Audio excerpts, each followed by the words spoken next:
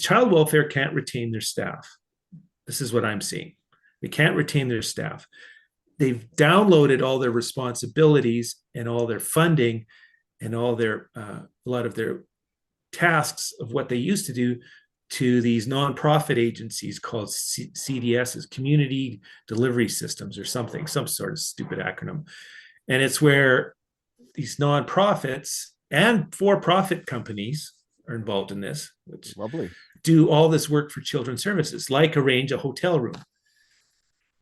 So you put in this other level of administration, you put in all this level of bureaucracy. So it goes bureaucracy and then services. Yeah.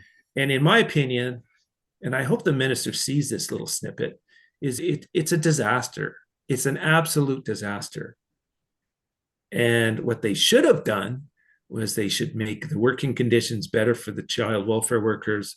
They should put some standards in. So maybe every child welfare worker is an RSW, registered social worker.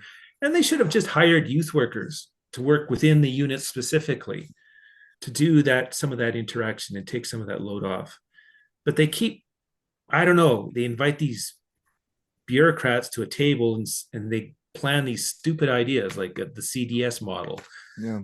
Or in Dorothy's case, a hotel room with one bed and 6 people sleeping in it. Like, it's just, anyways, you can see that I'm angry about that one. And like, why do we have these frustrations? Why do we have these battles?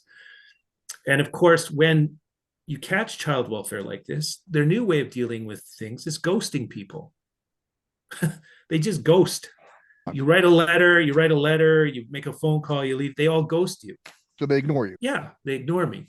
Or they ignore, no, they not only ignore me, they ignore Dorothy. Yeah, well, yeah. So it's a broken system. Yeah, and I just wanted to speak to something just very quickly in that. To clarify, I suppose is the word I want to use. The impression I'm getting from you is this is not an isolated thing.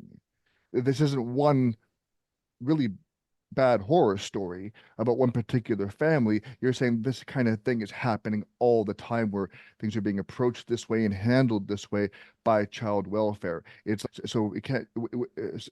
I'm trying not to give the government an out where they're saying this is isolated. It was a one-time thing. We'll do better. So there's a pattern of a pattern of services that aren't best practices. This is an extreme example. And child welfare does a lot of good. It does a lot of good. Okay. And the people that get into the field want to help people, but the system doesn't appreciate that they're hiring good people and let good people make good decisions.